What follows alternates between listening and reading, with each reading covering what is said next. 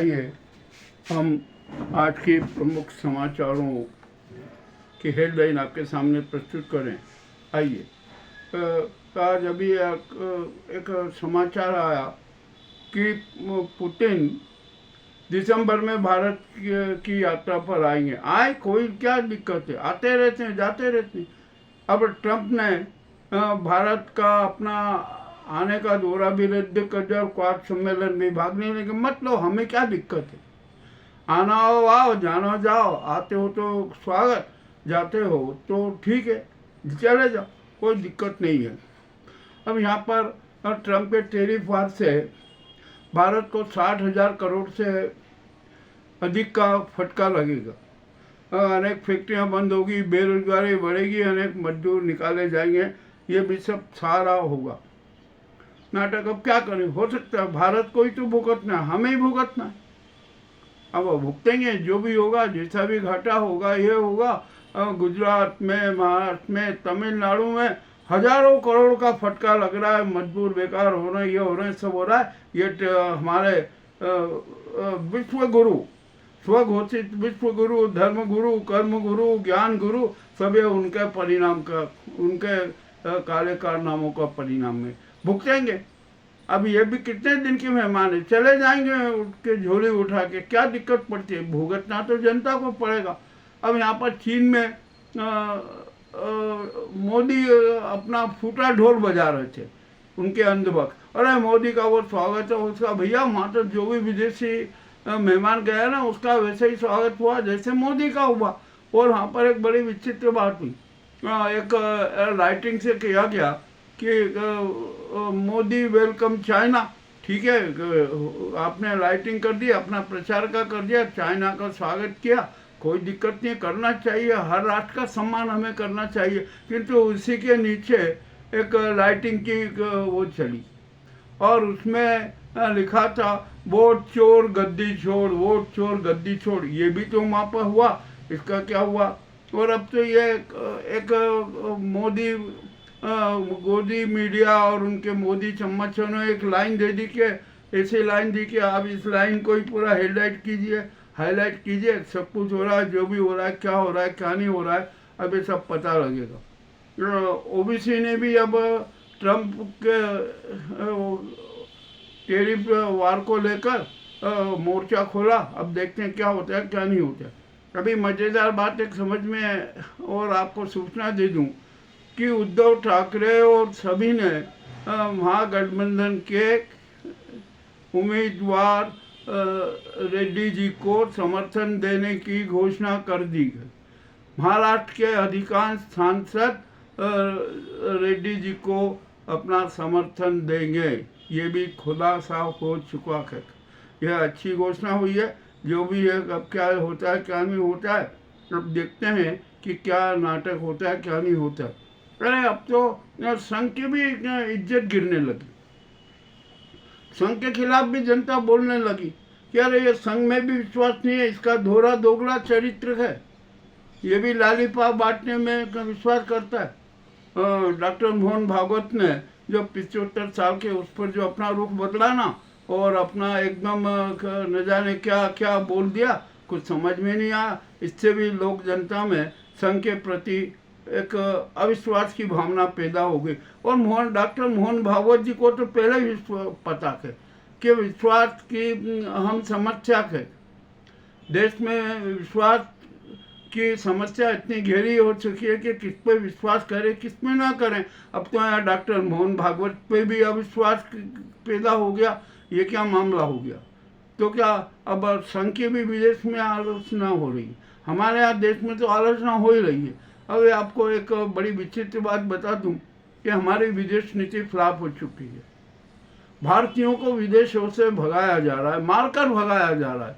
UK में यही हालत है, यूएसए में यही हालत है, ऑस्ट्रेलिया में यही हालत है, और अन्य राष्ट्रों में भी ऐसी स्थिति बनी हुई है जो भारत के लिए दुखदायी है और कष्टदायक है, और यह हमारे लिए असम्मानजनक बात है। इसका मतलब ये कि हमारी विदेश नीति फ्लॉप होगी। अब यहाँ पर मोदी जी क्या करेंगे, क्या नहीं करेंगे, कुछ समझ में नहीं आ रहा है। जो सूत्रों के हिसाब से पता चल रहा है कि जयशंकर का जो विदेश मंत्री हैं उनका भी त्याग पत्र ले लिया गया, जैसा धनगर का लिया था। ठीक है, जो भी है करते जाइए, आपको करना है। अब क्या करें क्या ना करें, कुछ भी कैसे होगा, कुछ भी कहना कठिन है कि यहाँ पर क्या हो रहा है। अरे भैया मोदी जी, आप क्यों जबरदस्ती बोझ बने हुए हो भारत पर? क्यों भारत के अस्तित्व के दुश्मन बने हुए हो? आप कितना झूठ बोलते हो, कितने नाटक करते हो, कितने प्रपंच करते हो और कितने जुमले करते हो। सबका नाटक खत्म हो गया, वो चलने वाले नहीं है, खत्म हो गए सब।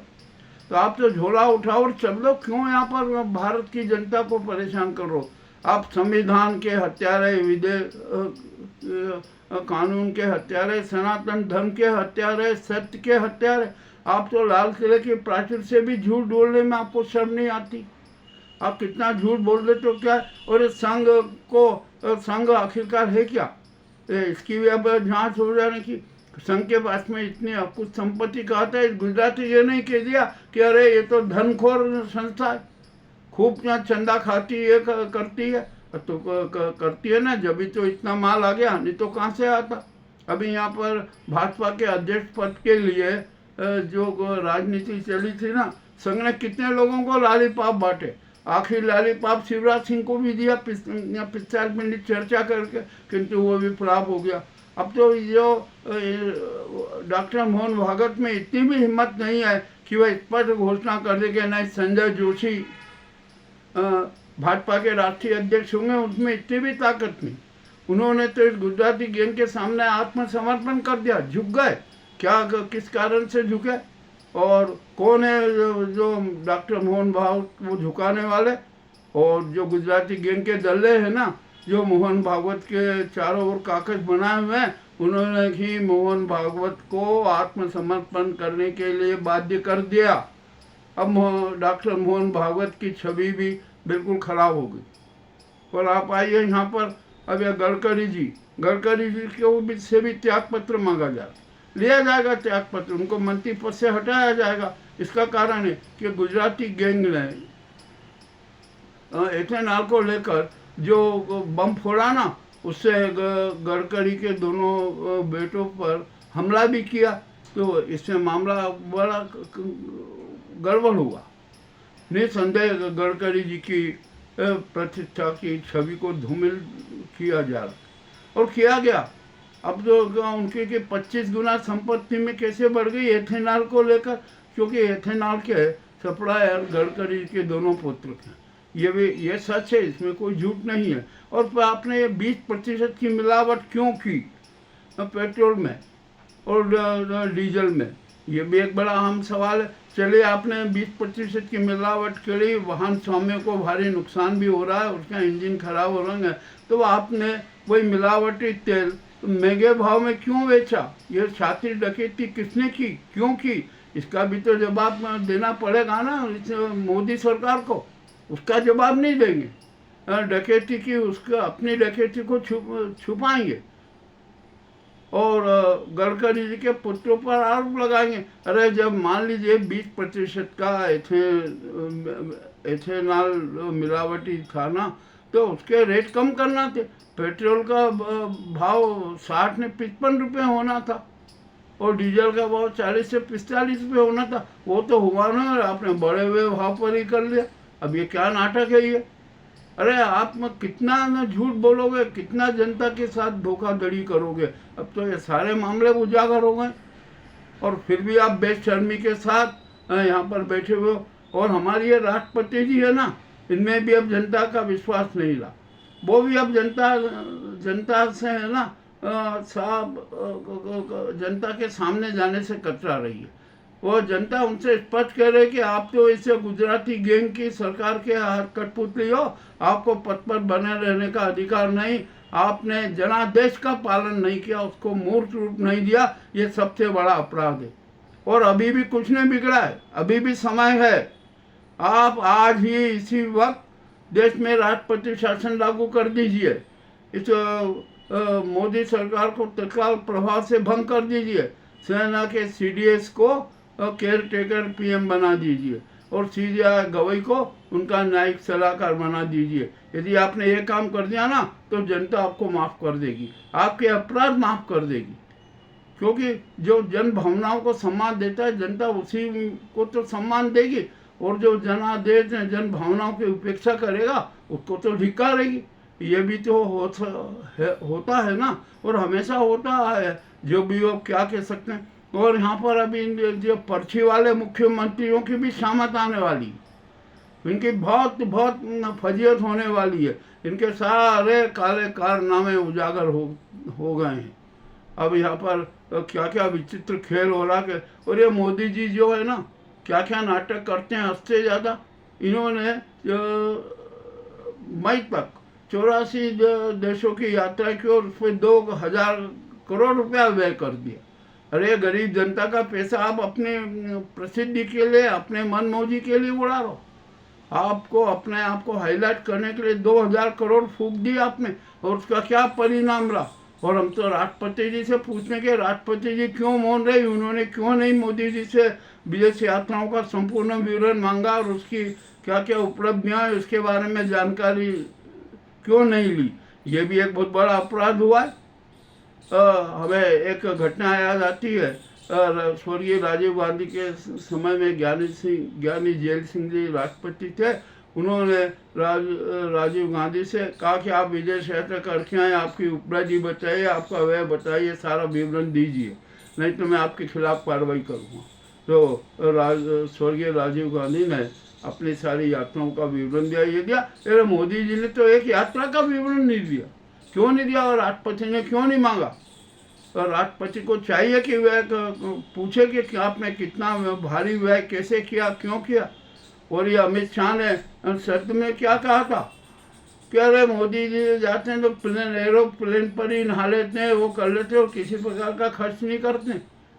तो ये 2000 करोड़ रुपया कहाँ से खर्च हो गया, किस बैंक की क्या क्या प्रायोजित कार्यक्रमों में और मोदी के डंका बजाने के लिए व्यय किया क्या? मामला अति बेहद कड़वा और कठोर। अब यहाँ पर प्रकृति का कुछ चक्र चल रहा है, जल प्रलय हो रहा है, टीरी में बादल फटे, अनेक घर मलबे में दब गए, भागीरथी नदी का प्रवाह भी रुक गया, ब्लॉक हो गया।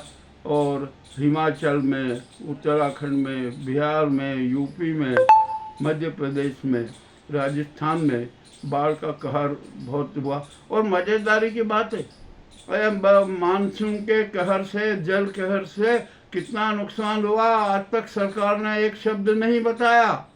अरे अनुमानित तो आंकड़ा बता देते, किंतु वो भी नहीं बताया। ये क्या है?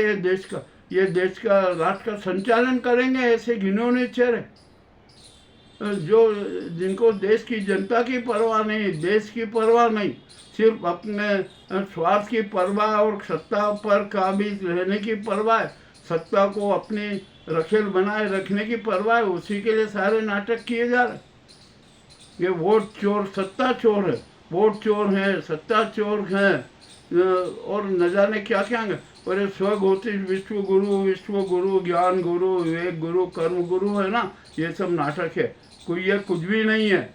ये तो जुमले गुरु हैं, झूठ गुरु हैं, जनता को मूर्ख बनाने वाले गुरु हैं। इनके असलियत जान लीजिए। अब जनता है ना, चुप नहीं बैठेगी। 90% जनता क्रांति के पक्ष में है। जन क्रांति होगी, जनता सड़कों पर उतरेगी। इन जो जितने भी ये नेता हैं ना, और ये मोदी गैंग के जो लोग हैं और उनके चिंटू हैं, उन सबको जनता घेरेगी। अब वे सुरक्षित नहीं रहेंगे, वे भागते हुए नजर आएंगे, बिलों में छुपते हुए नजर आएंगे। ये आज के प्रमुख समाचारों की सुर्खियां हमने आपके सामने रखी है। अब आपको कैसी लगी आप बताएं। बहुत बहुत धन्यवाद।